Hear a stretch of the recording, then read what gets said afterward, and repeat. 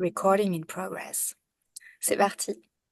Donc bienvenue à vous. On est en petit comité et la thématique qui nous réunit aujourd'hui, c'est la compétence somatique. Donc c'est cette idée d'être connecté à notre corps. Et moi, j'aime beaucoup ce sujet. C'est un sujet que j'ai vraiment été comme guidée pour explorer depuis une dizaine d'années. Et maintenant, donc, depuis des années aussi, ma façon de travailler, c'est le coaching en développement intégral qui inclut cette dimension somatique. Et du coup, je vois aussi à quel point c'est précieux d'inclure ça dans l'accompagnement, dans le développement humain. Donc, je suis très contente aujourd'hui de partager avec vous autour de ces thématiques. Ça va être un partage un peu descendant, entre guillemets. C'est pas un atelier expérientiel aujourd'hui. Ça va être vraiment une transmission. Et mon invitation pour vous, du coup, c'est vraiment de sentir ce qui vous parle, de choisir ce que vous avez envie de prendre aujourd'hui, parce que je vais partager beaucoup de choses et puis voilà, voir comment vous ressentez, vous accueillez presque avec l'émotionnel, le corps, ce qui va être transmis pour peut-être faire un petit pas vers quelque chose de plus juste, aligné, important pour vous aujourd'hui. Et pour donner un peu de contexte autour de ce webinaire, en fait, il fait partie d'une série de webinaires que j'ai créée en lien avec une formation d'initiation au coaching en développement intégral. Parce qu'en décembre, en fait, je co-organise avec l'école de coaching Convivium au Québec une initiation de 3 jours. Et c'est très rare que cette formation-là, elle ait lieu en France. Et donc moi, je suis maintenant comme la représentante en France qui donne cette formation-là. Et donc, je suis toute excitée. Et en même temps, comme j'organise, c'est un peu à moi de faire connaître ce qu'est le coaching en développement intégral, qui est très peu connu encore en France. Voilà, donc 4 webinaires. C'est le dernier aujourd'hui. Du coup, pour vous dire simplement quelques mots sur la formation d'initiation, ça dure 3 jours. Ça s'adresse à la fois à des personnes qui veulent devenir coach, ça s'adresse à des personnes qui sont déjà coach, mais pas dans l'intégrale et qui veulent découvrir cette dimension-là. Et ça s'adresse aussi à des personnes qui accompagnent les autres, que ce soit parce qu'ils sont dirigeants, managers, parce qu'en tant qu'entrepreneur, parfois, on est amené à avoir des conversations pour guider les autres. Et puis parfois parce qu'on est accompagnant, donc ça peut être des rôles de thérapeute, des rôles de facilitateur, des rôles de coach agile, parce qu'en tant que coach agile, on n'est pas officiellement coach avec une méthodo traditionnelle de coaching.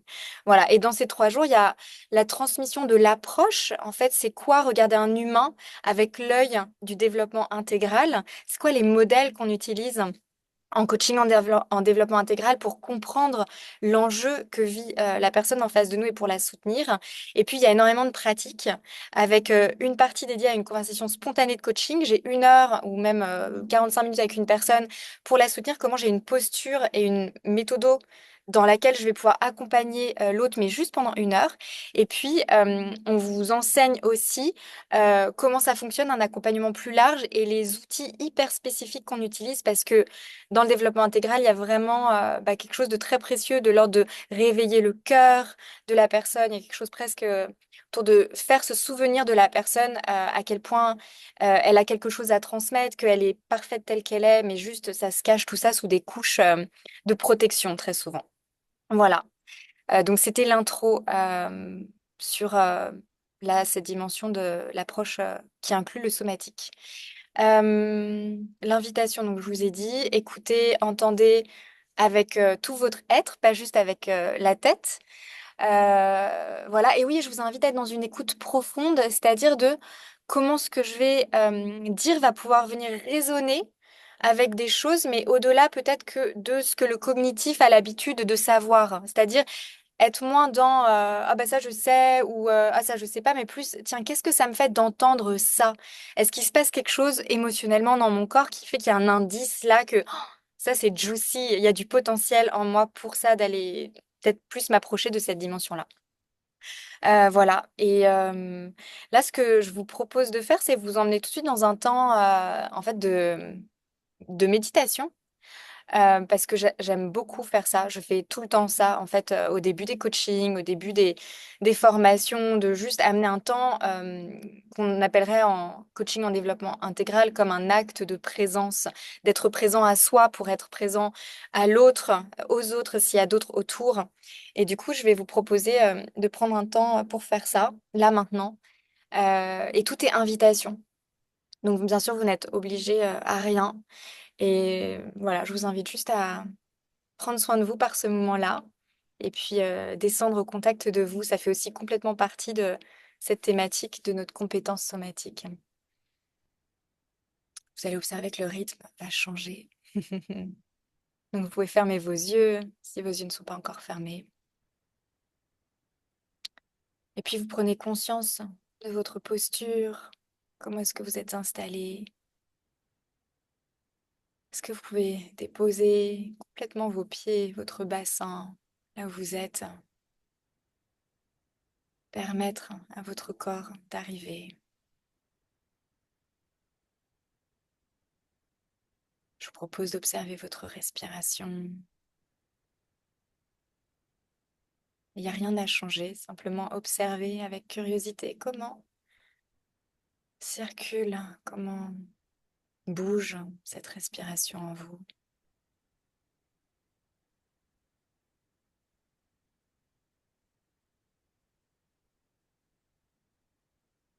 Vous pouvez observer aussi dans cet instant où vous invitez du calme, de l'immobilité et du silence à l'intérieur de vous. Qu'est-ce que ça vous fait vivre?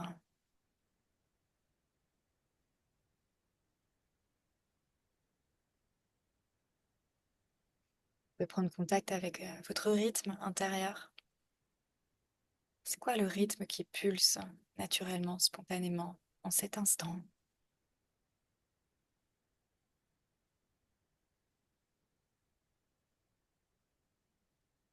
Et je vous propose vraiment cette posture d'accueil, de curiosité, d'ouverture.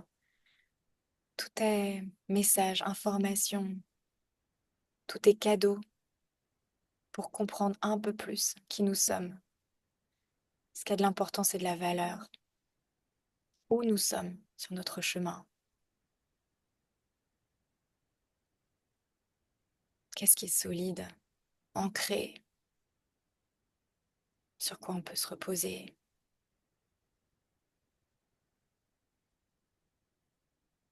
Qu'est-ce qui se déploie? C'est quoi la métamorphose en cours à l'intérieur?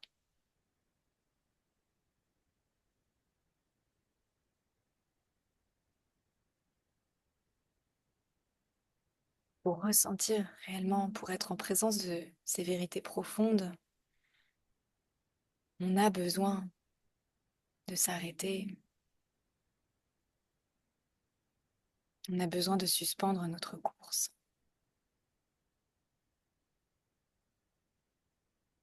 Pour peut-être aussi parfois discerner que après nous courons, ce quoi après nous courons, peut être déjà là, dans notre présent.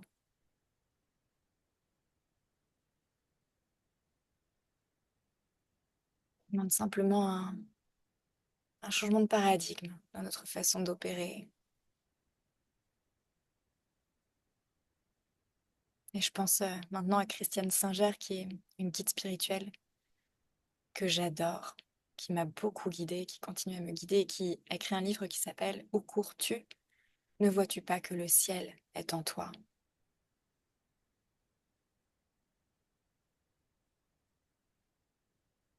Et ce mouvement-là, dont elle parle, c'est ramener toute cette quête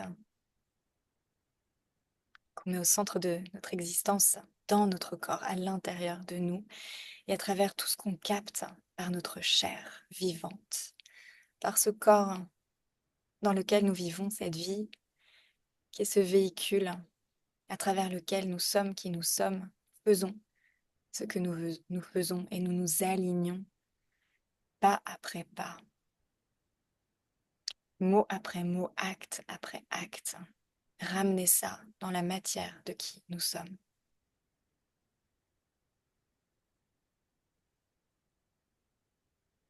Et à l'orée de ce temps de transmission, je vous propose de vous sonder intérieurement. Qu'est-ce qui m'a appelé en lien avec cette thématique de connecter un peu plus à mon précieux corps? Qu'est-ce qui aujourd'hui, dans ma vie, fait que je ressens cet appel?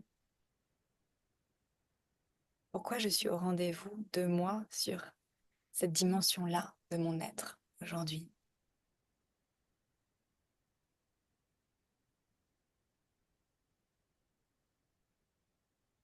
Et je vous invite à le ressentir profondément. Laissez cette connaissance intérieure-là infuser tout votre corps, toutes vos cellules. Et sentir peut-être comme ça ancre, ça solidifie quelque chose en vous, d'être relié à vous de cette façon-là.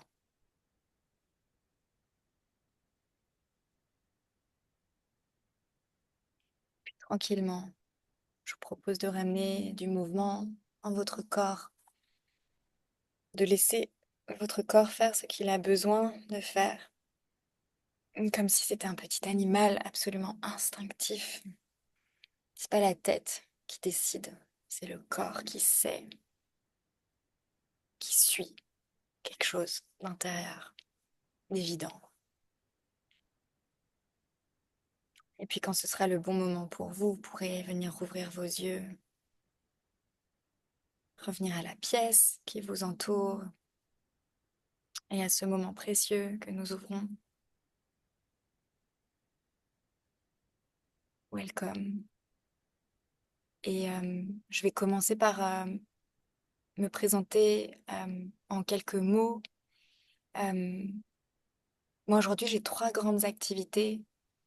Il y a de l'accompagnement individuel et j'adore ça, tout ce qui peut se passer dans la conversation, en fait. Et quand je dis conversation, ça implique tout ce qui passe par le ressenti, par capter ce qui se voit pas forcément. Donc j'accompagne des entrepreneurs, des dirigeants, des managers. Il y a un autre volet qui est venu parce que j'adore le collectif aussi et qu'il y a beaucoup de transformations qui se passent dans le collectif. Et là, c'est de l'animation de retraite. J'anime une retraite en avril. Il y a des cercles de femmes et puis il y a de la formation au développement personnel en entreprise. Et puis il y a un troisième volet aussi qui est l'accompagnement de coachs qui se forment au coaching, donc d'étudiants coachs, on va dire, dans des parcours longs d'une année. Euh, et je dirais que tout ça, c'est super bien orchestré dans les 8 dernières années. Et j'ai toujours eu à cœur d'énormément, en fait, sentir ce qui était juste et aligné, parce que moi, dans mes mots-clés, il y a vraiment la justesse et l'alignement.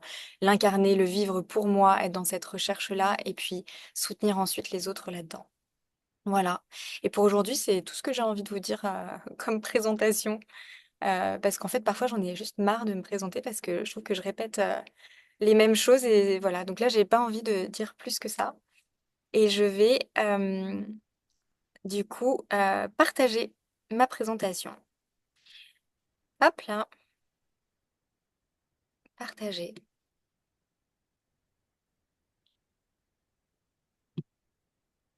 Alors, j'essaye de faire en sorte de ne pas être trop embêtée par l'espèce de barre que je vois. Tac. Alors, présentation, diaporama. Voilà. Hop. Alors, développer sa compétence. Ah, ça, ok, ça part tout seul. Toc, je reprends la main. Ah, attendez. Oh là là. Désolée, j'ai mis le partage d'écran en pause. Reprendre. Alors, hop, hop, hop. Je reviens là. Donc, développer sa compétence somatique, ça veut dire quoi dans le cadre du coaching en développement intégral? Pour brosser un paysage de ce qu'est le développement intégral, c'est un type de coaching très particulier. Donc, il va adresser vraiment la globalité de la personne de façon bien plus vaste que l'enjeu précis qui est amené, mais toujours pour aider la personne en priorité à adresser ce qui se joue d'important pour elle. On va se focaliser vraiment sur la cause racine, c'est-à-dire on descend vraiment en profondeur pour chercher qu'est-ce qui fait que cette personne, elle rencontre cet enjeu, qu'est-ce qu'elle ne voit pas, comment elle a construit son monde pour rencontrer cet enjeu-là qui lui propose aujourd'hui de se déployer comme un pas plus loin dans qui elle est authentiquement. On cherche à développer, du coup, dans le développement intégral, l'excellence, la capacité d'autocorrection. Autocorrection, c'est s'attraper en vol dans des schémas qu'on veut plus vivre pour apporter un autre comportement dans la situation. Et autogénération, c'est être capable de devenir son propre coach, avoir, grâce au coaching, compris en fait tous nos fonctionnements, enfin pas tout, mais beaucoup de nos fonctionnements, ce dont on a besoin et être capable de créer des conditions pour fleurir et nous déployer dans notre vie. Par exemple, s'entourer d'un réseau de soutien. Ça permet à la fois un retour à qui l'on est, on revient à notre être authentique, et un travail sur les limites, ce qui nous empêche de nous exprimer pleinement. Et c'est une méthode créative, exigeante et inspirante, donc voilà, qui adresse très bien la complexité de l'humain. Et puis, il y a ce double développement en parallèle qui est très important, où c'est cette idée que le coach va être capable d'accompagner le coaché dans la mesure où le coach est dans un développement continu, une conscience continue. Donc, c'est une façon d'être au monde, en fait. Et en intro, qu'est-ce que la compétence somatique? Alors, je voulais vous dire que tout est parti de moi. J'ai vraiment fait le choix de ne pas aller chercher des définitions. Donc, c'est la capacité à ressentir et comprendre, à prendre en considération les ressentis de notre corps. Et ce qui se passe, c'est que nous avons peu appris à développer cette compétence. Et parfois, moi c'était le cas il y a une dizaine d'années, je ne savais même pas en fait ce dont il s'agissait. Et donc ça donne des dialogues comme, j'ai mis là, quelqu'un va nous demander comment tu te sens. Et moi, à l'époque, j'aurais pu répondre, mais je comprends pas pourquoi ça bloque, j'ai pourtant tout essayé. Et ça, c'est à la réponse comment tu te sens, répondre avec l'intellect et pas à un niveau plus profond. Et donc, je passe à la slide d'après, même image, comment tu te sens. Et là, je vais parler à partir de mon ressenti. Dans cette situation, ben, je me sens oppressée là, dans ma poitrine, c'est tout serré. J'ai super peur et je me sens déçue en même temps. Vous voyez que c'est un autre niveau de vivre et de parler de la situation. Et donc, ce que je voulais souligner, c'est que si cette compétence n'est pas activée en nous, on manque quelque chose de significatif dans notre vie, quelque chose qui permet la pleine expression de qui nous sommes, d'une façon qui permet de faire l'expérience du lien, donc lien avec les autres, et du contentement. Parce que moi, je crois que une façon de vivre heureux notre vie d'humain, c'est de goûter à une forme de contentement, de sentir que nous sommes à notre place, que nous sommes remplis de l'intérieur, que nous sommes dans le geste juste, voilà, et que chaque petit pas nous emmène un peu plus loin au contact de nous, des autres, et toujours en nous sentant nourris et à notre place. Et donc voilà le chemin que nous allons parcourir. Si vous avez des questions, notez-les et on prendra un temps à la fin autour des questions. Donc d'abord, notre corps contient notre histoire et nos limites. Ensuite, ce que veut la tête et ce que peut le corps. Ensuite, le lien entre corps et émotion. Puis, notre corps comme outil d'alignement et de prise de décision. Puis, faire de notre corps notre allié. Ensuite, développer la connexion à notre corps pour comprendre les signaux disponibles. Et enfin, utiliser notre corps comme antenne au service de notre métier et de notre relation aux autres. Notre corps contient notre histoire et nos limites. Donc, comme nous sommes des êtres humains, nous avons un corps. Et chacun d'entre nous, on a notre propre sensation de ce qu'est être dans notre corps. Par exemple, moi, je suis pas très, très grande, je suis plutôt fine. C'est pas pareil que d'être dans un corps, je sais pas, d'un basketteur qui fait 2 mètres et 100 kilos, par exemple. Et après, cette sensation, je dis, elle s'installe très tôt parce que c'est venu dès la naissance. En fait, on a reçu une empreinte, même dès le moment où on était dans le ventre de notre mère.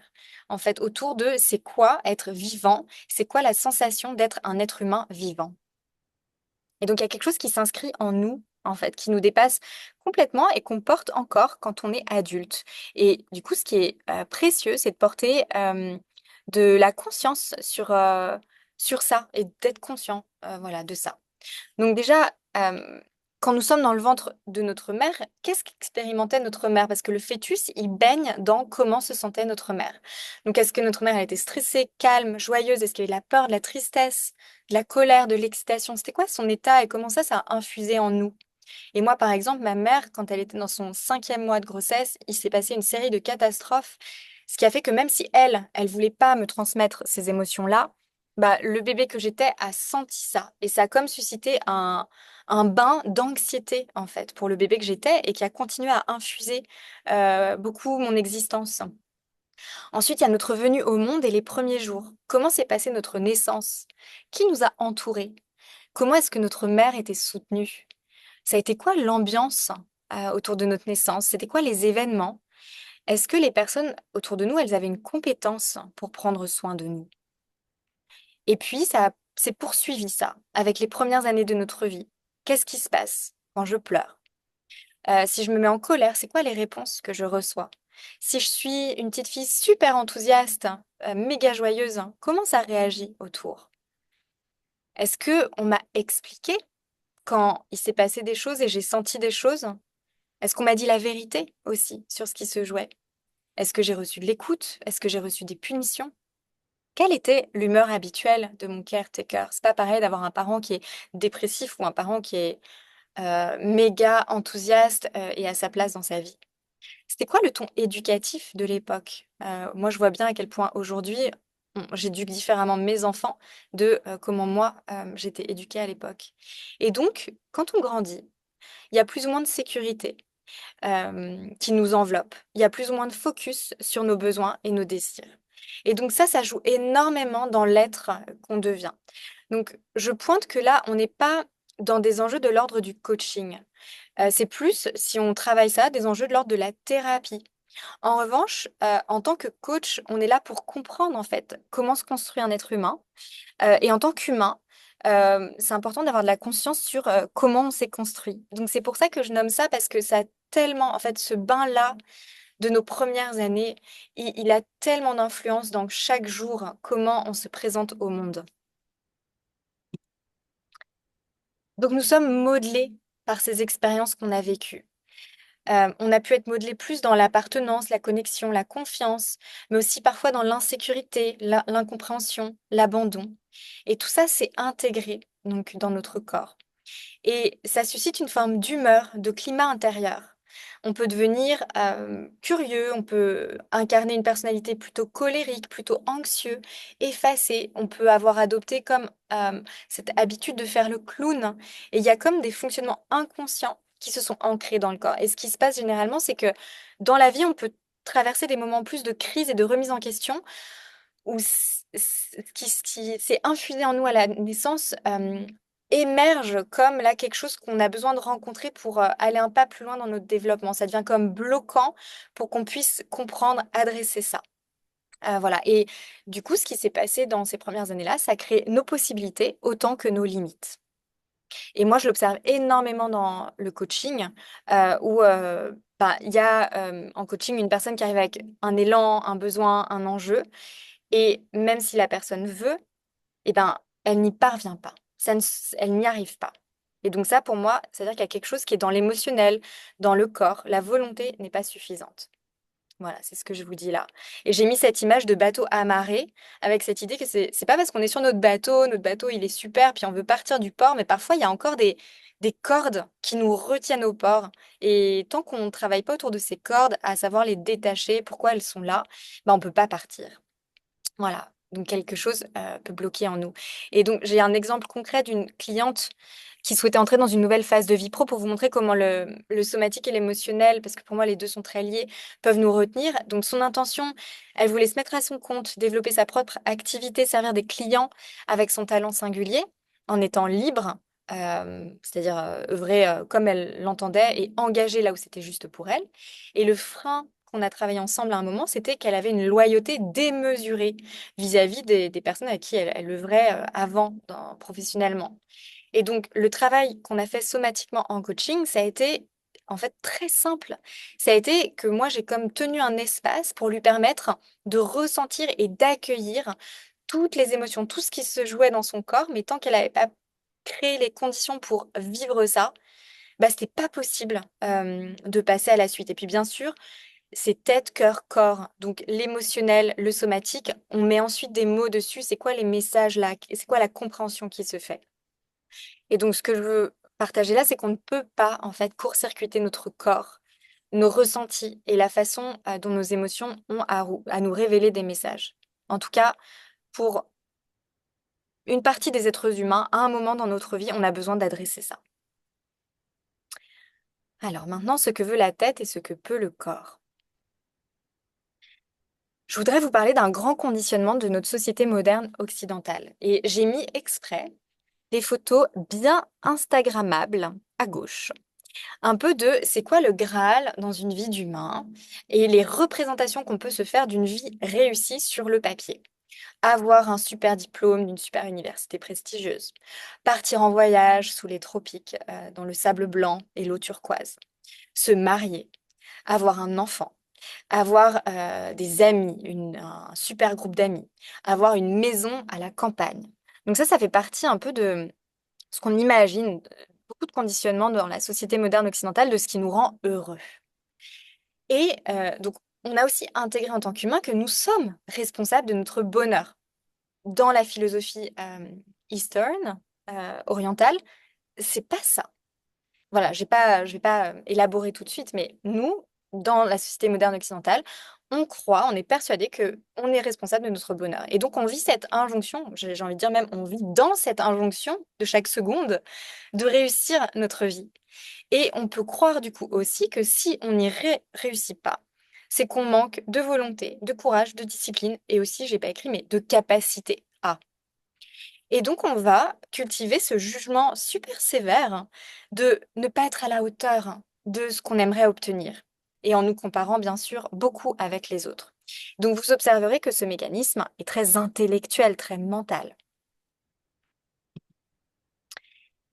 Et donc, pour souligner ça, c'est pas parce que ma tête veut parler de façon impactante, je me donne pour objectif de parler de façon impactante que je vais y arriver. C'est pas parce que je veux mettre fin à une expérience professionnelle que j'y arrive. C'est pas parce que je me dis là, à partir de la rentrée, je vais faire du sport 2 fois par semaine que j'y arrive. Idem pour arrêter de manger du chocolat, etc. Et donc, il y a un moment où j'ai l'impression qu'en tant qu'humain, on se rend compte qu'on est pris dans quelque chose de plus grand que notre volonté et notre contrôle. Et c'est là où je trouve la magie du développement intégral intervient. Moi, c'est vraiment des choses que j'ai commencé à apprendre avec ma formation de coaching en développement intégral que j'ai faite à San Francisco il y a 8 ans. Donc, on a un système tête, cœur, corps qui fonctionne ensemble. Notre corps comprend un cerveau qui a son fonctionnement propre, un système nerveux, un rythme respiratoire, un rythme cardiaque, des organes. Et notre cerveau, il a divers fonctionnements selon les situations. Par exemple, les 3 F de fight, fly ou freeze. J'agresse, je m'enfuis ou je suis comme gelée sur place, paralysée. On a chacun d'entre nous en tant qu'humain un rythme qui nous est propre. On a une façon d'être en mouvement, de nous nourrir. Donc là, c'est vraiment d'un point de vue manger qui impacte notre vitalité, lié à des habitudes qu'on a depuis tout petit. Et donc voilà, ce corps que nous habitons, il a des habitudes ancrées et ça crée des possibilités et des limites. Et là, j'ai mis Dr House parce que j'avais besoin en fait d'une illustration de quelqu'un qui est très analytique, très compétent intellectuellement. Mais quand il s'agit de la sphère relationnelle, c'est beaucoup plus difficile. Et je trouve que c'est une belle métaphore de notre fonctionnement d'humain dans la société moderne occidentale, c'est qu'on croit qu'avec notre tête, on va tout résoudre et que notre tête va être va trouver la solution et va être le chemin avec lequel on va arriver à ce qu'on veut. Mais donc, quand nous voulons tête, avec notre tête, quelque chose qui sort de notre monde connu, parce qu'il y a beaucoup ça, on rencontre parfois, voire souvent, des difficultés à en faire réellement l'expérience via notre corps et en tout cas à en faire l'expérience de façon fluide, apaisée et joyeuse. Ah, je vois qu'il y a un mot dans le chat. Toc. Ok, Anne, ça marche. Hop, alors attendez, parce que toc, je veux fermer le chat là. Hop, voilà. Euh, Ok, je passe à la suite. Donc, maintenant, je vous parle du lien entre corps et émotion. Toutes ces choses, pourquoi ce sujet, j'en parle aujourd'hui, c'est parce que je l'ai énormément expérimenté par moi-même. En fait, quand je suis partie dans une année sabbatique, il y a une dizaine d'années, en quête de mon talent, en gros, comment je voulais me mettre au service des autres d'une façon qui ait du sens, je pensais beaucoup enfin, j'étais dans une quête très intellectuelle au début. Et en fait, j'ai réalisé à quel point j'étais conditionnée pour vivre à partir de mon intellect et que j'avais pas du tout appris à écouter cette intelligence émotionnelle, faire confiance à mes émotions, ne pas en avoir peur et, enfin, et surtout ouvrir mes ressentis. Parce que voilà, je pense que j'avais pas beaucoup ouvert mes ressentis. Et puis, j'avais aussi pas compris que j'avais une sagesse innée dans mon corps qui était là pour me guider. Et donc, depuis 10 ans, je fais énormément de choses et j'arrête pas. C'est-à-dire que ça continue. Et aujourd'hui, je vis très proche de mes émotions. Je suis très souvent touchée, je pleure très souvent. Les colères m'habitent très souvent aussi. Du coup, j'ai eu besoin d'outils pour apprivoiser cette hypersensibilité en fait dans laquelle bah, j'ai appris que c'était un don. Et l'idée, c'est que ça m'oppresse pas trop et ça m'empêche pas de vivre, quoi. Alors, donc ça, je me suis dit que je vous parlais pas de ça. Voilà, j'ai voulu l'enlever, impossible de l'enlever. Bon, je me suis dit, je me rends, I surrender, c'est pas grave.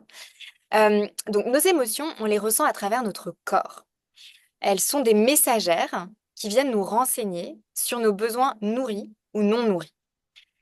Et pour ressentir nos émotions, on a besoin de nous ouvrir à nos ressentis, c'est-à-dire sentir les sensations dans notre corps.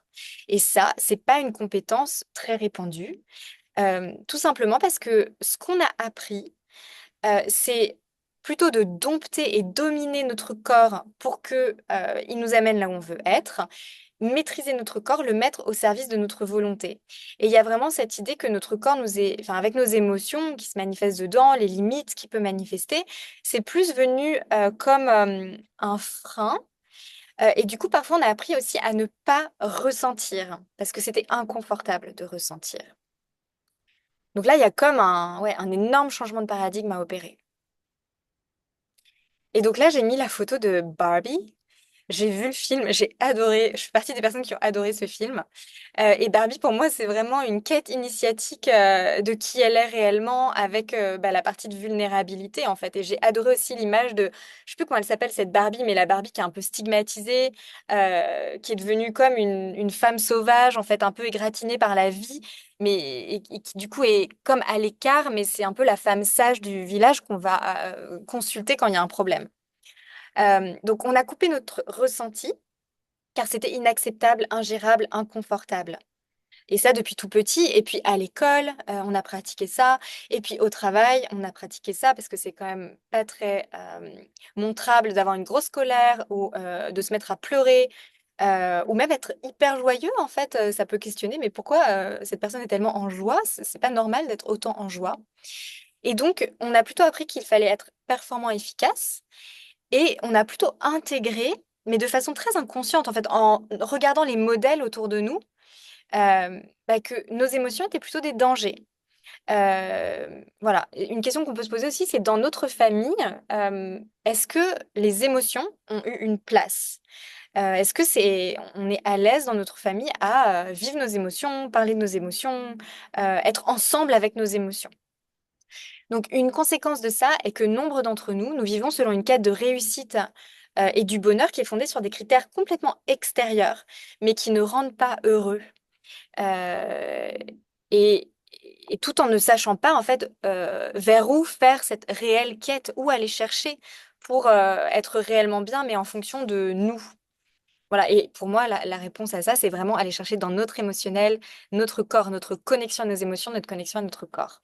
Si nous ne sommes pas reliés à nos émotions, c'est pour moi, enfin, dans ce que j'ai compris et vécu depuis 10 ans et tous les accompagnements, moi étant accompagnée, moi accompagnant les autres, ben, si je suis pas connectée à mes émotions, c'est comme si je ne savais pas qui je suis. Et je me souviens d'un moment de ma vie aussi où il y avait cette expression où les gens disaient autour de moi, je suis touchée, je suis touchée. Et moi, j'ai l'impression que c'était très intellectuel, cette dimension de je suis touchée. Et en fait, maintenant, bah, je le vis profondément d'être touchée. Et quand je suis touchée, bah, je sais exactement ce qui se passe. Je sens les larmes qui montent, je sens mon cœur vraiment ouvert, ça vibre, il y a un truc profond. dans ma gorge, la sensation qui se passe. Et en fait, quand il se passe ça, oui, ça me met un peu en vulnérabilité parce que l'autre en face de moi voit qu'il se passe quelque chose en moi, mais je me sens complètement vivante et je me sens complètement connectée et totalement humaine. Et, et voilà. Et moi, en fait, maintenant, je sens que je sais qui je suis et ce qui est vrai et juste et important parce que j'ai cette boussole émotionnelle. Donc voilà. Et c'est comme si, selon moi, il manquait une partie du puzzle, en fait, quand il n'y a pas cette connexion émotionnelle. Euh, donc voilà, vivre sans notre ressenti nous prive d'une partie de nous. Et donc l'invitation, selon moi, c'est nous réintégrer. Euh, donc pour moi, ça doit venir ça d'un appel intérieur, de l'éveil à la conscience qu'il nous manque quelque chose. Et du coup, rien que se dire, ouais, il manque quelque chose, ça veut dire qu'on se met en chemin. Et ça veut dire que ben, on va faire des choses, dire des choses, penser des choses qui vont appeler à nous les justes expériences dont on a besoin pour vivre ce chemin de réintégration de notre tête avec notre cœur et notre corps. Nous sommes invités à redevenir les humains sensibles que nous sommes. Et pour moi, vraiment, il y a cette notion de au contact de nos ressentis, au contact de nos émotions. On est capable de discerner nos besoins. On a cette boussole intérieure et on devient capable aussi de répondre, de prendre la responsabilité de répondre à nos besoins. Et ça, il y a un outil qui est exceptionnel pour ça. C'est la communication non violente avec Thomas Danzambourg, qui est un guide hors pair. Il y a plein de vidéos de lui si ça vous intéresse sur Internet. Et donc voilà, nous devenons responsables de nourrir nos besoins. On se met à notre service pour mieux servir les autres. Et donc, pour moi, ça invite vraiment un mouvement de lâcher prise et de détente de notre corps, de notre être, versus en fait un paradigme de contrôle dans lequel on a beaucoup été habitué à fonctionner. Et je vous ai mis à droite des dessins que j'ai trouvés sur Internet parce que je cherchais en fait des illustrations autour des ce qu'on appelle les felt senses en anglais, c'est les ressentis somatiques. C'est qu'est-ce que sent mon corps? Par exemple, si je dis waouh, cette situation avec telle personne au travail, ça a suscité une grosse colère en moi. Plutôt que d'en parler, ah bon, mais qu'est-ce que la personne a dit? Et hein, c'est plus, ok, qu'est-ce que j'ai ressenti? Et là, cette personne, en fait, elle a dessiné, en fait, elle a fait une formation, ou alors elle donne une formation, et elle a dessiné, en fait, ce que pouvaient être des ressentis. Et j'ai trouvé ça extrêmement juste. Par exemple, vous voyez l'image en haut à droite, il y a comme des mains qu'enveloppent la personne, et je me suis dit, bah ça, cette personne-là, à ce moment-là, elle s'est sentie comme enveloppée par des mains. Et c'était certainement protecteur pour elle. Là, à gauche, il y a comme un rayonnement qui part du cœur. Donc tout ça, en fait, c'est affiner ce chemin de ressenti pour pouvoir, en fait, habiter pleinement notre corps et vivre à partir de là, à partir d'un corps qui vibre, dans lequel on est guidé par quelque chose d'intérieur. Et donc, faire ce chemin-là, ça fait que de façon incarnée, on connaît nos valeurs, on connaît les engagements centraux de nos vies. Et on peut édifier cette vie et on peut se déployer avec alignement et ensuite, grâce à ça, contribuer aux autres. Pour moi, c'est un tout qui se construit ensemble. Plus je suis alignée moi, plus j'habite mon être pleinement, plus il y a un truc de juste qui se passe et plus ça rayonne autour de moi sans effort. Enfin, en tout cas, sans forcer. Parce que parfois, un chemin d'alignement, c'est un chemin où on fait des efforts, on dédie du temps, de l'énergie pour arriver là où on veut être. Mais il n'y a pas de passage en force, en fait, et de violence peut-être vis-à-vis de nous-mêmes. Et dans ce chemin-là, j'ai voulu noter aussi qu'on peut avoir peur d'être vulnérable. Et je voudrais dire là que notre vulnérabilité, c'est notre peur de laisser toutes nos couches protectrices, comme cette armure, cette carapace qu'on a mis pour se protéger. Et ce que je veux dire, c'est que sur ce chemin-là, ce qui se passe, c'est que notre armure devient petit à petit inutile parce qu'en fait, on vient renforcer et faire exister de plus en plus pleinement notre essence et donc ça veut dire notre force intérieure. Et plus cette force intérieure, elle est là, moins on a besoin de porter toutes nos petites couches protectrices plus ou moins épaisses d'ailleurs. Donc je passe à l'étape suivante, notre corps comme outil d'alignement et de prise de décision.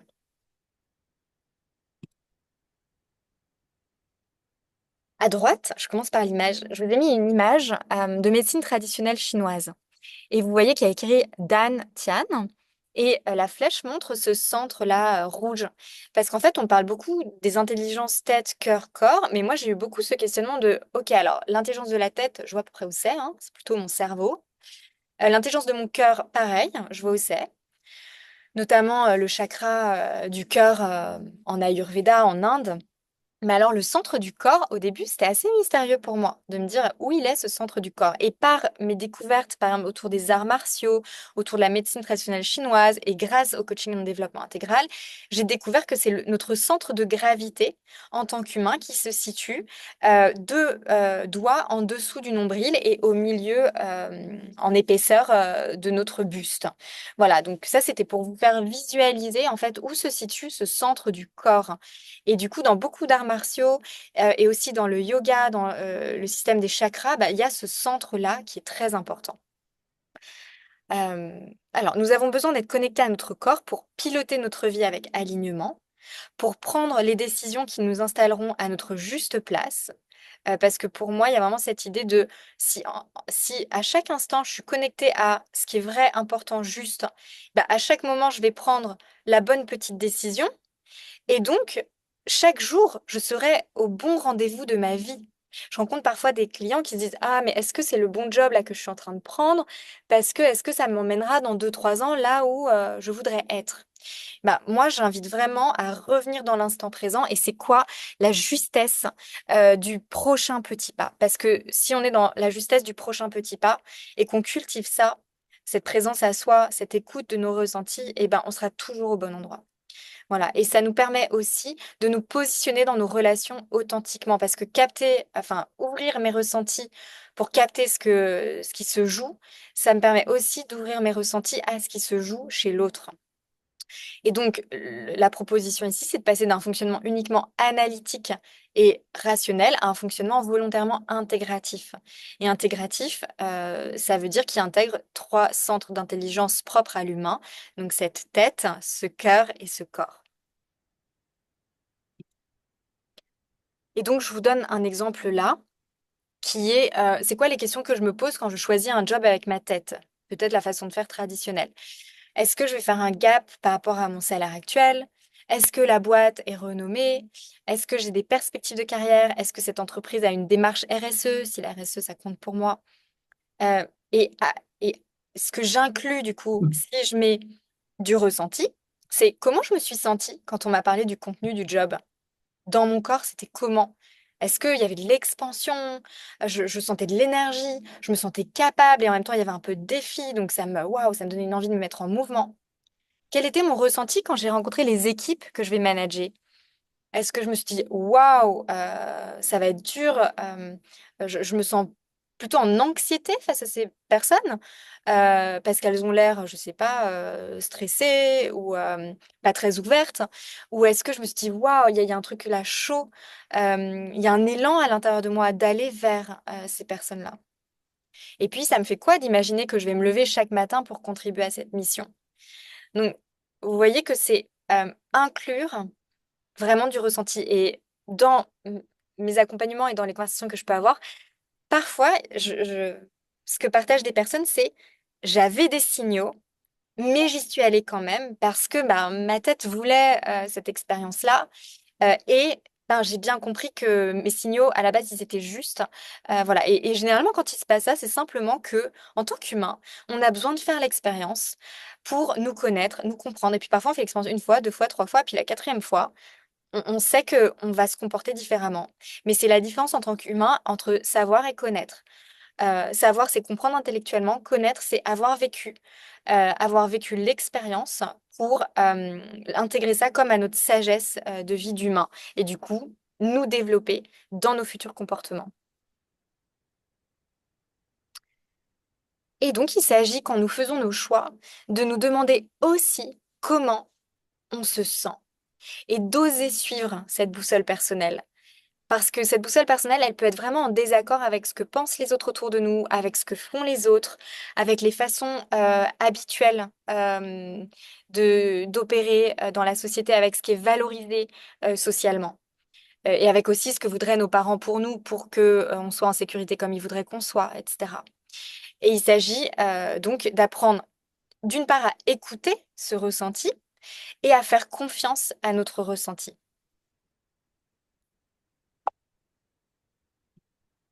Ok. Alors, comment on fait de notre corps notre allié pour avancer sur ce chemin? Donc, ça commence déjà par devenir conscient de tout ce qui nous empêche de ressentir. Tout ce qu'on a mis en place comme stratégie pour éviter de ressentir. Et donc là, je vous ai mis une image qui sont ces tourneurs d'assiettes chinoises, je crois que ça s'appelle. Et c'est cette idée que si dans notre vie, on est en train d'avancer en faisant tourner 150 000 assiettes, à devoir tenir toutes ces assiettes en équilibre, eh ben, il n'y a pas de place pour ressentir. Donc si je suis sans cesse en mouvement, je ne peux pas ressentir. Donc je vais ralentir avec l'intention d'être davantage au contact de moi. L'intention, elle est importante. Vous pouvez réfléchir à quelle est mon intention. Parce que quand on se donne l'intention, notre attention se focalise sur comment aller vers cette intention. Ensuite, si je suis dans le faire, si je m'occupe l'esprit en permanence, je peux me donner de l'espace pour me connecter à moi. Je peux créer des moments. Donc, bien sûr, au début, il va y avoir peut-être un temps de rupture d'habitude qui n'est pas facile. Mais c'est ça, en fait, dont on a besoin dans ces cas-là. Et puis, du coup, c'est aussi comprendre, je rajoute ça, tous les mécanismes qui font que pourquoi est-ce que je suis sans cesse en mouvement? Pourquoi est-ce que je suis tout le temps en train de faire plein de choses? Pourquoi est-ce que j'ai tout le temps besoin de m'occuper l'esprit? Qu'est-ce que j'évite? Qu'est-ce que je fuis? Ça me permet de ne pas être au contact de quoi qui serait inconfortable. Ça peut être ça, comme question qu'on peut se poser. Si mon système nerveux, il est en hyper-vigilance, c'est-à-dire sans cesse en train de guetter des dangers autour de moi, là, ce que je peux faire, c'est développer mon observation, donc avec beaucoup de bienveillance avec nous-mêmes, de mon système nerveux pour apprendre à l'apaiser. Mais ça passe d'abord par une étape qui est devenir conscient. Il y a un sage, je ne sais plus comment il s'appelle, qui dit to see is to be free. Rien que être conscient, ça permet petit à petit de nous libérer des schémas automatiques qu'on joue et rejoue et re-rejoue. Ensuite, on peut avoir acquis des mécanismes de violence vis-à-vis de notre corps. Mais une violence dont on ne se rend pas compte que c'est une violence. Ça peut être ne pas écouter nos besoins de sommeil, d'alimentation, de rythme, de relation. Ça peut être de la compensation alimentaire. Par exemple, moi, je sais que ça m'épuise souvent d'être seule avec mes deux enfants. Et quand je fais la période genre de 17h à 20h avec eux, après, je m'assois dans mon canapé et je mange du chocolat. Et j'ai complètement conscience que je suis en train de compenser, mais ça m'a tellement sollicité le système nerveux que là, je suis douce avec moi. Je sais, ok, je sais, là, je suis dans un mécanisme de compensation. Mais en fait, là, je me donne cette douceur-là. Et puis, il y a un jour où ce sera plus cool, il y a un jour où je serai plus capable. Et puis, je me ferai une tisane à la place. Ce sera peut-être plus sain pour mon corps. Je mange du chocolat très noir, mais je peux en manger beaucoup. Donc, l'excuse de ouais, il y a du magnésium dans le chocolat très noir, ça marche pas. Enfin, je peux manger genre 5 carrés de chocolat, parce qu'en plus, j'adore ça. Voilà. Ensuite, il y a nos addictions. Nos addictions, c'est toutes nos stratégies d'évitement. Imaginons, je suis en train, je sais pas, de faire quelque chose et je pense à une situation. Ça me met mal à l'aise, il y a une émotion inconfortable, par exemple de la peur ou de la tristesse ou de la colère. Et puis, à partir du moment où cette petite émotion, elle pointe le bout de son nez, j'ai vraiment pas envie de la ressentir. En tant qu'humain, on est plutôt conditionné pour fuir le fait de ressentir nos émotions désagréables. Hop, je vais partir dans une fuite, un évitement qui va passer par des habitudes complètement, enfin des vrais rouages qu'on a qui sont, ah tiens, je vais prendre mon téléphone puis je vais regarder Instagram ou LinkedIn. Ou alors, bah, je vais manger mon chocolat. Ou alors, je vais mettre la télé. Ou alors, enfin, il y a plein, voilà, il y a plein de mécanismes. Et puis, les habitudes néfastes. Le sucre, l'alcool. En fait, le fait de manger trop de sucre, ça déconnecte notre corps. Parce qu'au lieu qu'on ait un corps en train de ressentir, qui est en train de capter nos sensations, on a un corps en train de traiter l'excès de sucre. Et du coup, ben, toute notre attention, elle est dédiée à gérer ce sucre en excès. Voilà. Et donc, l'idée, c'est de prendre conscience avec beaucoup d'autocompassion de ces mécanismes. Et c'est pour ça aussi que sur ces chemins-là, généralement, on a besoin d'être accompagné et soutenu parce que généralement, ce qui se passe, c'est qu'on peut avoir un gros critique intérieur et être extrêmement dur avec soi. Et quand il n'y a pas d'espace pour de la douceur et de la bienveillance, bah, c'est dur de sortir de ces schémas parce qu'en plus, on se juge et on rajoute des couches de je me juge et je me juge autour de ces mécanismes de nous qu'on découvre alors qu'on est plus, en fait, victime de conditionnement et puis surtout du petit enfant qu'on a été qui a développé des mécanismes en fait de pour survivre, hein, pour être validé par les autres, pour conserver l'amour de l'autre qui garantissait qu'on restait en vie. Voilà. Et donc petit à petit, en discernant ces mécanismes automatiques, on devient capable de choisir d'autres fonctionnements. Alors, ce qui peut nous aider. Donc d'abord, entrer plus dans un monde du ralentir, de l'être, du ressentir. En coaching en développement intégral, on appelle ça une vie de pratique, parce qu'on pense vraiment dans le développement intégral que nos pratiques nous permettent de cultiver l'être que nous sommes. Et à partir du moment où on se connecte à quels sont nos besoins, qui suis-je profondément, c'est quoi les pratiques que je mets en place dans mon quotidien, mes semaines, mes mois, pour me relier profondément à qui je suis dans mon authenticité, ma singularité, mes besoins complètement spécifiques, et ben hop, quand on fait ça régulièrement, quand on se discipline pour ça, et ben on cultive l'être qu'on est et du coup découle de ça le fait de se positionner de façon juste, de répondre de façon alignée, respectueuse de soi et de l'autre aux situations, etc. Donc voilà, des pratiques autour de ralentir, être et ressentir. Autre invitation, c'est donner de la place à notre ressenti dans nos prises de décision. Qu'est-ce que je ressens dans cette situation? Prendre un temps de pause pour sonder à l'intérieur. Ensuite, mettre notre corps au même niveau que notre tête dans notre façon de vivre notre vie. Et là, il y a l'importance du langage. Je vais vous en parler juste après. Parce qu'en fait, dans nos prises de décision aujourd'hui, ce qui se joue, c'est qu'on a appris à analyser la situation et à focaliser notre attention sur qu'est-ce que je pense, qu'est-ce qui se passe intellectuellement.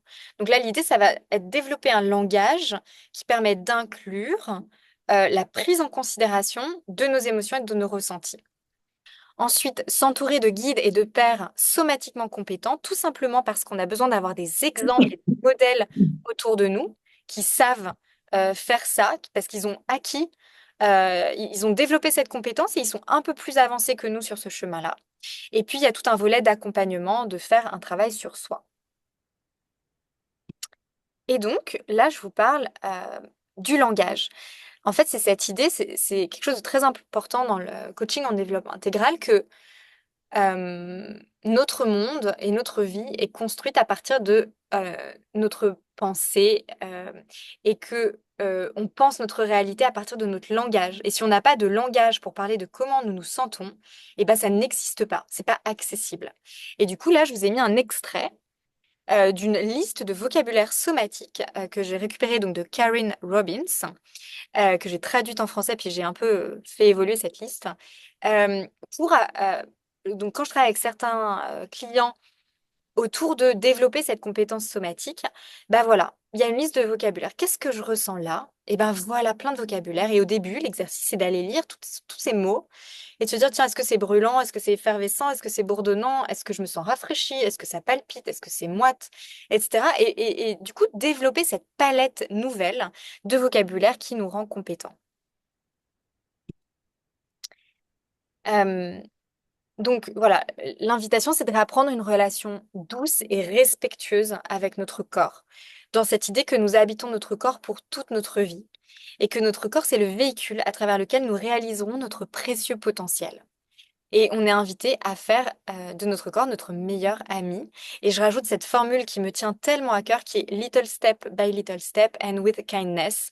Parce que même si notre tête, elle voudrait des changements radicaux très vite, notre corps, lui, vit à son rythme. Et le rythme du corps, généralement, il est lent. Et c'est pas notre tête qui décide que notre corps va aller plus vite. C'est vraiment notre corps qui va décider quand il est prêt. Et nous, on a pour rôle de créer l'espace et les conditions pour que notre corps se détende euh, et soit dans un environnement serein pour capter, ressentir, voilà, vraiment en sécurité. Donc, comment on développe la connexion à notre corps pour capter tous ces signaux qu'il nous envoie? Là, je vous présente en fait plein de pratiques. Et il y aura, je crois, 4 catégories. Et donc là, l'idée, c'est, voilà, est-ce que vous connaissez? Qu'est-ce qui vous appelle? Enfin, qu'est-ce qui vous donne envie de tester? Voilà. Donc, d'abord, pratique de connexion à soi, la méditation, la pleine conscience. Ensuite, la respiration. Parce que souvent, quand on vit à partir de notre tête et quand on est peu relié à notre corps, bah, il n'y a pas beaucoup d'espace en fait. La respiration, elle est un peu coincée au niveau de la poitrine. Et vous voyez comment respirent les bébés, ben, on est invité à retrouver cette amplitude, profondeur de respiration qui crée aussi beaucoup d'espace à l'intérieur de nous. Ensuite, la contemplation. La contemplation, c'est cette idée de juste être sans être en train de faire. Moi, j'adore contempler et ça peut être juste être à une terrasse de café et juste regarder le monde bouger autour de moi, regarder les gens en interaction autour de moi. Et puis ça peut être aussi, je vis à Bordeaux, on a une petite cour jardin, et c'est juste regarder la nature, écouter les oiseaux, regarder s'il y a le chat des voisins qui passe. Ensuite, il y a faire un body scan. Donc ça, c'est développer la compétence aussi de ressentir dans chaque partie du corps ce qu'on sent. Et on focalise notre attention sur notre corps, sur chaque partie de notre corps. Et vous pouvez trouver ça guidé si vous tapez, il y a des applis super comme Insight Timer, Insight INSIGHT Timer, qui est super avec, par exemple, des body scans, mais même sur YouTube ou sur Spotify, je pense que ça existe. Ensuite, le journaling, c'est écrire ce qu'on ressent, tenir une sorte de journal de bord sur, au-delà de ce qui se passe factuellement, comment je me suis sentie dans cette situation. C'était quoi les émotions qui étaient là? C'était quoi les ressentis de mon corps? Développer la capacité à écrire autour de ça. Ensuite, il y a la cloche de pleine conscience. Alors ça, j'aime beaucoup. C'est le village des pruniers. Donc, on en parlait avec Constance au début, avant que je lance l'enregistrement. Avec Constance, on s'est rencontrés au village des pruniers, qui est un monastère bouddhiste près de Bordeaux. Et là-bas, il y a une pratique qui est la cloche. En fait, et quand sonne la cloche, quoi qu'on soit en train de faire, discuter avec quelqu'un, manger un gâteau, on s'arrête. On s'arrête et on se met au contact de nos ressentis pendant, je sais pas, je dirais 1 minute. Donc au début, c'est hyper bizarre quand même. Enfin, moi, je trouvais ça bizarre. Et en fait, c'est super de prendre un temps juste là. Ah, la cloche sonne. Tiens, et si je venais la sonder? Comment je me sens? C'est quoi mon rythme? Et hop, on reprend, mais avec un peu plus de contact avec soi. Et donc, le village des pruniers, ils ont créé une super app qui s'appelle Plum Village. Un village des pruniers en anglais. Et dedans, il y a la cloche de pleine conscience. Donc, on peut régler nos téléphones, enfin, l'app sur nos téléphones, pour avoir, par exemple, toutes les heures, la cloche qui sonne, que quand, bien sûr, on est en mode sonore. Et la cloche va nous inviter, hop, toutes les heures à tchouk, revenir dans notre ressenti. Travailler avec le nerf vague. Le nerf vague, c'est un nerf qui permet d'apaiser le système nerveux. Et donc là, il y a quelqu'un qui s'appelle Ludovic Leroux, qui a écrit autour de ça, qui a créé des programmes autour de ça. Ensuite, il y a des choses comme manger, faire la vaisselle ou autre en pleine conscience, parce que généralement, ce qui se passe, c'est que quand on fait toutes ces choses du quotidien, on est en train de penser en même temps et puis on est vraiment, je trouve, câblé pour optimiser chaque seconde. Et là, ce serait revenir à, OK, quand je mange, par exemple, si je mange seule ou quand je fais la vaisselle, est-ce que je peux juste sentir comment je me sens dans mon corps? Ou il y a une autre pratique aussi qui est quand je lis un livre, par exemple, est-ce que je peux et lire mon livre et sentir comment je me sens? On ajoute un degré de complexité. Voilà. Et passer du temps seul à notre rythme. Découvrir ce qu'est notre rythme et honorer ce rythme-là. Moi, j'ai beaucoup ralenti quand je suis partie en année sabbatique. J'ai vraiment exploré quel était mon rythme, le rythme qui était bon et juste pour moi, qui était porteur du bon flot d'énergie et puis du coup des bonnes rencontres, des belles opportunités. Ensuite, il y a des pratiques corporelles et énergétiques. Qigong, Tai Chi, Feldenkrais, c'est du mouvement très très lent pour ressentir dans la lenteur. Et puis, je suis sûre qu'il y a d'autres vertus que je ne connais pas bien. Ensuite, le yoga, le yin yoga. Un yin où on tient des postures plutôt en étirement longtemps. Le yoga nidra, le yoga du sommeil, où c'est plus une sorte de méditation guidée avec un scan corporel. La danse libre et intuitive, movement medicine, danse médecine, les 5 rythmes. Ça, c'est incroyable pour laisser le corps guider. ressentir toutes les émotions qui peuvent être logées dans notre corps. Moi, quand je vais faire de la danse intuitive, j'aime beaucoup, j'aimerais bien en faire plus. Souvent, je fais un mouvement et là, waouh, il y a des larmes qui montent et je me dis, oh, j'avais ça logé à l'intérieur de moi. Et le fait de ralentir, d'avoir cette musique, ce cadre tellement sécurisant, tenu par une personne, ça me permet d'avoir accès, de laisser circuler toutes ces émotions qui, sinon, quand je suis dans l'intensité de mon quotidien, les enfants, le travail, les courses, nan, bah, ça n'a pas d'espace pour vivre. Moi, j'ai besoin de me poser pour les ressentir vraiment, ces émotions. Ensuite, le Wu Tao. Wu Tao, c'est quelque chose d'assez énergétique, autour comme de sentir une vague à l'intérieur de soi. Le Watsu, c'est des sortes de mouvements dans l'eau. Voilà, ça peut être intéressant à explorer. Et les massages, se faire masser pour avoir une personne extérieure qui nous fait réentrer dans un contact doux, lent, euh, global, d'enveloppement de notre corps. Le ressourcement naturel, donc passer du temps dans la nature. Voir des personnes qui nous mettent en joie et en énergie. Comment est-ce que les personnes dont vous vous entourez sont vraiment des relations que vous choisissez? Vous avez envie de cultiver ces relations parce qu'elles vous font du bien. Vous avez envie de voir se déployer ces personnes. Ces personnes ont envie de vous voir vous déployer. Vous êtes prêt à être challengé par ces personnes parce que vous êtes en pleine conscience, en pleine confiance et que ces personnes ont de la bienveillance vis-à-vis de vous. Ça veut dire aussi qu'elles peuvent vous dire parfois quand il y a des choses que vous faites qui sont pas super alignées ou que vous restez un peu trop recroquevillé dans votre zone de confort. Ensuite, jouer et faire des choses sans recherche de résultats. Je me souviens d'un stage dans un centre bouddhiste que j'avais fait à Paris. Je crois que c'était autour de l'art de la guerre, un truc comme ça, autour d'un penseur très ancien chinois. Et on nous avait demandé d'aller marcher sans but dans Paris, autour du canal Saint-Martin. Et au début, c'était pas facile pour moi parce que je cherchais toujours un but. Tiens, là, je vais aller là, là. Et ça a été vraiment autour de c'est quoi marcher sans but et puis comment les autres ils vont me percevoir, moi, là, si je commence à errer, puis à juste regarder les oiseaux, et puis voilà. Donc c'est venu chercher quelque chose en moi. Et puis rire. Comment je peux me mettre dans des situations qui font qu'il y a du rire, il y a de la légèreté?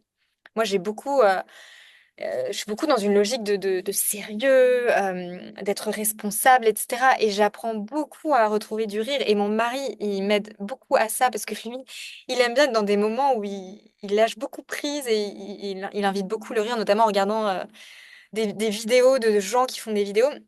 Et moi, au début, j'ai tendance à dire non, mais je veux pas perdre mon temps à regarder ça. Et en fait, je vois que son invitation m'emmène au bon endroit et que rire dans cette légèreté-là, en lâchant ah, il faut que je fasse ci, ça me fait du bien. Même si c'est pas spontanément ce vers quoi je suis appelée. Et ensuite, des pratiques de soutien et d'accompagnement émotionnel. Donc, être vigilant par rapport aux substances qui nous déconnectent, avec tout ce qui est addiction, par exemple. Par exemple, si je bois trop de café, je vais être dans un état tellement excité, je parle pour moi, que je vais plus être connectée à mon ressenti. Par contre, je vais être comme une pile électrique, mais c'est pas vraiment qui je suis. C'est que j'adore le café, j'ai l'impression que ça me connecte à une forme de joie, moi, et d'enthousiasme aussi, le café. Et du coup, il y a une juste dose pour moi de café. Quand il n'y en a pas, je me sens pas hyper bien. Il y a un truc, ouais, je sens que ça me fait du bien, mais quand il y en a trop, c'est pas bon pour moi. Donc voilà, c'est quoi en fait ces substances qu'on peut prendre qui nous coupent de nos ressentis. Ensuite, parler avec des personnes connectées à leurs ressentis parce que on a besoin d'autres humains pour nous montrer le chemin, pour en fait, on fonctionne beaucoup par imitation en tant qu'humain. Donc on comprend, en fait, on est aussi fait pour comprendre comment l'autre fonctionne et adopter, si ça nous va, cette façon de fonctionner là, puis tout le vocabulaire en fait. Et ensuite, si besoin, un travail en thérapie. Si on se rend compte qu'il y a eu des traumas, des blessures liées à l'enfance ou de la dissociation. La dissociation, c'est qu'on a vécu des choses tellement difficiles quand on était enfant que le choix inconscient a été le corps, on se débranche du corps parce que les ressentis sont trop difficiles. Et du coup, à un moment, j'ai accompagné une personne comme ça et c'était vraiment difficile. Et d'ailleurs, le coaching rencontre clairement une limite. Donc, cette personne vivait un état dissocié. Et ça veut dire que la personne n'arrive pas à ressentir parce qu'elle a établi l'habitude dans sa vie de ne plus être connecté à son corps. Et donc là, ça demande clairement de la thérapie, de l'EMDR, parce que ça dépasse vraiment le niveau du coaching. Mais c'est intéressant d'identifier aussi parfois des situations où on se dissocie. C'est-à-dire, par exemple, je vais vivre une situation extrêmement difficile et éprouvante, mais je ne pleure pas, ou je ressens rien. Il va y avoir aussi un indice, ça s'appelle le rire du pendu en psychologie, c'est quand j'ai pas complètement guéri quelque chose qui a été difficile, c'est je vais parler d'une situation qui a été atroce, mais je vais avoir une sorte de petit rire, et qui résonne très faux en plus. Voilà, je sais pas si vous sentez que ça vous arrive ou si vous avez observé des personnes à qui ça arrive, mais ça s'appelle le rire du pendu. C'est quand il y a une sorte d'incongruence entre la douleur vécue et du coup, si je parle de cet événement difficile de ma vie, bah, j'ai une gravité, j'ai une présence à moi, où bah ouais, c'était difficile. Alors, je suis plus en train de pleurer, mais je suis pas en train de rire non plus, un rire de protection. Voilà. Et en conclusion, grâce à notre conscience, à nos pratiques répétées, nous descendons dans un état de contact avec nous-mêmes plus approfondi et on n'a pas peur de l'intensité qu'on risque de ressentir au contact de nos émotions.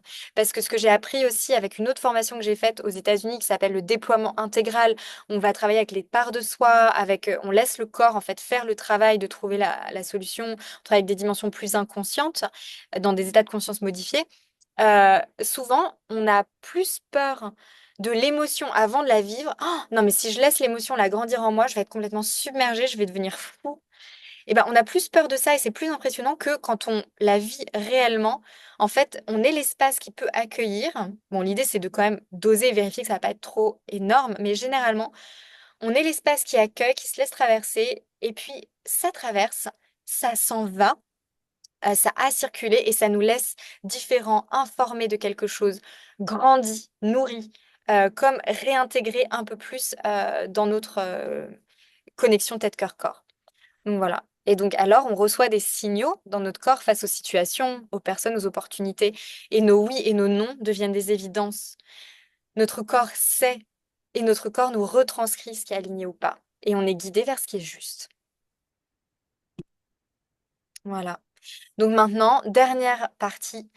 Pour les personnes plus qui accompagnent les autres, ou je dirais tout parent qui a une relation avec son enfant, tout frère ou sœur qui a une relation avec quelqu'un de la famille, voilà, comment ça peut nous servir, qu'est-ce qu'on est capable de créer quand on a une conversation un peu à enjeu. Donc là, je vais parler du coaching, mais voyez si ça résonne, vous, avec ce qui est vivant pour vous. Donc, dans la relation de coaching, quand j'ai développé ma compétence somatique, je suis capable déjà de ralentir mon rythme pour aider l'autre à ralentir le sien. Parce que dans le coaching, c'est important d'aller lentement pour descendre, ressentir, approfondir. Je suis capable de guider un temps d'ancrage pour aider l'autre à entrer dans comme ce monde plus souterrain du ressenti. Ensuite, je suis capable de créer un socle de sécurité solide et une connexion profonde avec la personne, ce qui permet une forte alliance coach-coaché. Moi, je sens que, en fait, pour vous parler un peu de mon histoire, donc j'ai eu ces événements dans le ventre de ma mère qui se sont passés, qui ont suscité comme un bain d'anxiété de base. Ensuite, le moment de la naissance, je suis née en Italie, dans l'hôpital dans lequel j'étais 1986, on mettait les bébés en pouponnière. Donc, ça veut dire qu'on séparait les mamans des enfants et on amenait les enfants uniquement au moment des tétés. Donc, je m'étais pas rendu compte, en fait. C'est vraiment au moment de moi, d'avoir mes enfants, que ça m'a reconnecté à ces enjeux-là. Je m'étais pas rendu compte du drame que ça avait été pour le bébé que j'étais, de juste, au bout de 9 mois de grossesse, dans le ventre, donc en fusion, en osmose, bah, cette séparation dramatique, en fait. Donc voilà, donc une grosse dose d'anxiété. Et puis plus tard, pas d'apprentissage de ma mère de un enfant, il faut lui dire ce qui se passe. Et donc, pour accoucher de ma petite sœur, ma mère décide de me laisser à ma grand-mère à la campagne. Sur l'idée, c'était hyper pertinent parce que j'étais beaucoup mieux à la campagne avec ma grand-mère que à Turin en Italie, avec ma mère hyper enceinte et mon père qui travaillait beaucoup et dans la chaleur de l'été. Mais du coup, ma mère, donc, ce qui s'est passé, c'est que donc comme on ne savait pas à l'époque ce besoin, ou alors c'était pas répandu, ce besoin d'expliquer aux enfants, elle m'a laissée à la sieste et elle est partie. Et quand je me suis réveillée, elle était plus là et je suis restée 7 semaines chez ma grand-mère, donc j'avais 2 ans à peu près. Et du coup, une grosse couche de je suis abandonnée, j'ai plus mon socle de sécurité. Et en fait, ce que j'ai envie de vous montrer par là, en faisant moi un travail, donc là, c'était pas en coaching, je suis allée chercher de la psychanalyse. En faisant ce travail, j'ai découvert, donc c'est passé par la voie des larmes. Moi, je crois que, en tout cas pour moi, je ne pouvais pas m'épargner la voie des larmes parce que le psychisme se restructure énormément à travers l'émotionnel, en fait. C'est pour ça que bon, je fais encore une parenthèse, mais en tant que coach ou accompagnant, on est invité à beaucoup travailler cet aspect d'aller côtoyer nos émotions inconfortables parce que ça nous met en capacité d'accueillir sereinement l'émotion inconfortable de l'autre. Mais du coup, donc il y a eu ce socle en fait, enfin, tellement ancrant autour de mes premières années d'anxiété, d'avoir un besoin de sécurité non satisfait que je suis devenue en fait une experte à créer de la sécurité. Et du coup, j'ai compris grâce à la personne avec qui j'ai travaillé que mon don aujourd'hui, c'est de créer un cadre de sécurité qui sort de l'ordinaire parce que j'ai eu un tel besoin de sécurité. Donc ça aussi, ça m'a fait du bien de me dire, toute cette souffrance-là n'a pas été vaine. Et c'est un peu le diamant dans la larme ou la perle dans la larme de me dire, de ce début de vie où vraiment ben, ça a été dur, il y a eu quelque chose maintenant qui est comme un don que j'offre au monde et je donne du sens à ça. Et c'est très solide et puissant et bon et doux d'être installé là-dedans, dans cette justesse de mon rôle. Et donc, quand je parle de cette alliance coach-coaché, moi j'ai la sensation vraiment que ben, j'ai cette capacité à installer cette sécurité qui fait que l'autre peut aller aborder les sujets vraiment à enjeu et qu'on gagne entre guillemets du temps à pas tourner autour du pot mais à tout de suite. Puis moi j'ai comme aussi une sorte d'antenne à aller identifier ce qui se joue et là où il y a du potentiel à aller explorer. Et souvent ce sont des zones bien sûr inconfortables. Dans une relation de coaching, quand j'ai développé ma compétence somatique, je suis capable de ressentir mes émotions, les accueillir, rester en contact avec elles. Par exemple, moi j'ai fait 3 années quand j'étais à Paris de cercle de danse de la femme sauvage. On était avec une psy qui utilisait la danse en fait comme outil de développement de soi. Et on était 22 femmes. Et une fois par mois, un samedi, une soirée par semaine chaque mois, on travaillait autour de la danse, autour des contes de Clarissa Pinkola Estés qui travaille autour du féminin sauvage, de la reconnexion à notre dimension vraiment instinctive d'humain. Et du coup, dans ce cadre-là, je suis allée beaucoup ressentir mes émotions, explorer mes émotions. Et du coup, ça m'a aidée à devenir de plus en plus à l'aise avec le fait d'être dans des émotions inconfortables. Et puis, il y a eu plein d'autres choses parce que moi, je suis une grande exploratrice et j'adore essayer plein de choses pour me soutenir aussi sur tous les enjeux que je rencontre. Et du coup, aujourd'hui, je sens que c'est une force aussi que j'ai en moi, c'est que j'ai plus peur parce que j'ai beaucoup côtoyé des états émotionnels inconfortables en moi. J'ai plus peur quand en face de moi, il y a une personne qui côtoie un état émotionnel inconfortable. Voilà, et je peux soutenir la personne là-dedans. Donc voilà, donc ça permet aussi de capter les émotions de l'autre, être à l'aise avec les émotions de l'autre, aider l'autre à les accueillir et les comprendre. Et je vais vous donner un exemple ici. Il y a un client à un moment que j'ai accompagné et lors d'une séance, donc c'était la première fois que ça m'arrivait, donc ça m'a un peu perturbée. En fait, il parlait d'une situation et moi j'ai commencé à sentir mais une énorme colère à l'intérieur de moi. Et en fait, j'ai compris que cette colère, c'était la colère que lui ne s'autorisait pas à ressentir parce qu'il y avait comme une censure émotionnelle en lui de c'était pas OK de ressentir sa colère. Et du coup, j'ai pu lui retranscrire. Alors à l'époque, du coup, c'était il y a quelques années, j'ai j'étais pas en fait, j'ai pas eu la finesse de lui dire écoute, je sens quelque chose, est-ce que tu serais OK pour que je te le partage? Ce que maintenant je ferais parce que je l'ai appris. Après, j'en ai discuté en supervision et j'ai appris que bah, effectivement, j'étais un peu trop cash dans ma façon de faire ce miroir-là, parce que du coup, au lieu de prendre la précaution de dire, il se passe quelque chose en moi, est-ce que ça t'intéresse que je te dise ce qui se passe pour voir comment ça peut résonner avec toi?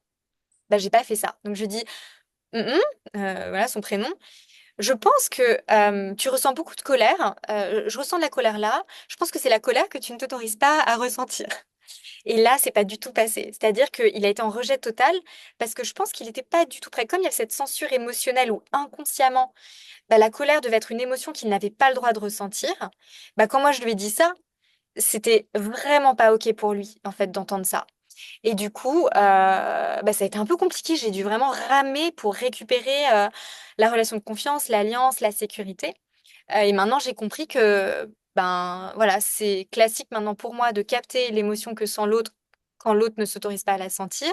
Euh, et du coup, je prends vraiment beaucoup de tact et je demande la permission pour utiliser ça comme un ingrédient de la conversation qui généralement, c'est vraiment puissant pour rendre visible ce qui était invisible, permettre une conscientisation, une prise de conscience qui ouvre tout un champ nouveau possible de la personne pour intégrer des choses et voir ben, un nouvel horizon devant lui ou elle. Voilà. Donc, inclure le corps dans le champ de notre attention. Donc, c'est mon corps et le corps de l'autre. Ça ouvre la possibilité d'une transformation significative chez la personne que j'accompagne. Voilà, conversation avec Marc. C'était euh, la personne dont je vous ai parlé. Et en fait, Marc, c'est la personne avec qui en fait, j'ai mis en place un partenariat pour qu'on puisse diffuser dans un podcast que j'avais créé à l'époque, c'était au moment du confinement.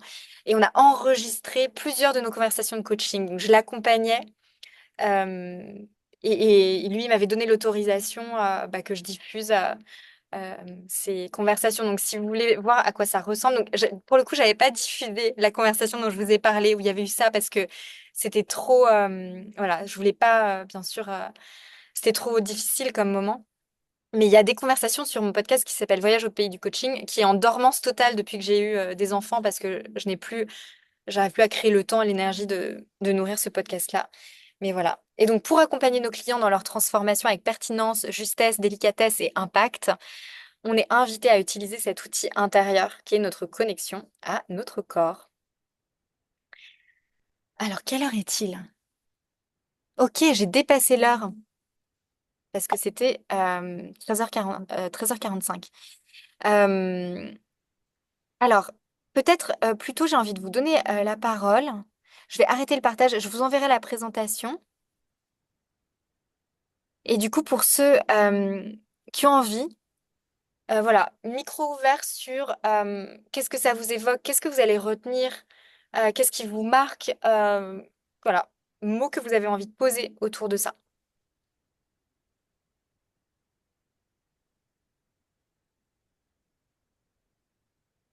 Moi, ce qui m'a touchée, c'est faire de son corps un allié. Enfin, c'est quelque chose que je sais, que j'ai entendu, mais je me rends compte, et c'est pour ça que, en fait, maintenant, je sais pourquoi je me suis inscrite à ce webinaire. Je le sais ici, mais j'ai jamais mis en pratique, en fait, Hmm. parce que j'ai eu des problèmes de santé, je sais pas. C'est toujours, je me méfie toujours de ce qui se passe. Au lieu d'y voir un allié, quoi. Et donc, je sens qu'il faut que j'arrive à faire descendre ça, passer de là à là, quoi, pour Hmm. vraiment l'expérimenter. Hmm. Et de juste dire, ouais, ouais, c'est bon, je connais la théorie, il faut que... Ce qui me sert à rien, en fait. Enfin, voilà. Donc, c'est ça qui m'a vraiment touchée. Hmm. Chouette. Et du coup, moi, je crois que quand on est prêt, il y a quelque chose qui s'ouvre et ça passe par des petits pas doux.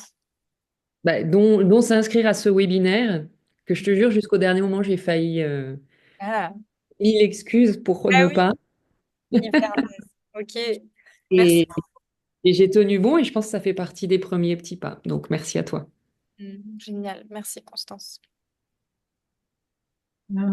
Écoute, moi je voulais te remercier Julia parce que j'ai trouvé que c'était d'une très grande qualité le contenu que tu nous as partagé et tous les exemples. On sent que tu vois tout ce que tu nous présentes est pavé d'expérience et donc j'ai vraiment pas décroché un seul moment. Donc merci beaucoup.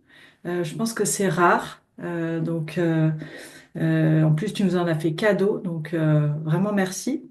Moi, je repars avec plein de choses peut-être, tu vois, ce qui fait la synthèse entre tout, c'est euh, cette certitude que dans le ralentir, être et ressentir, c'est quelque chose que j'ai envie aussi de proposer.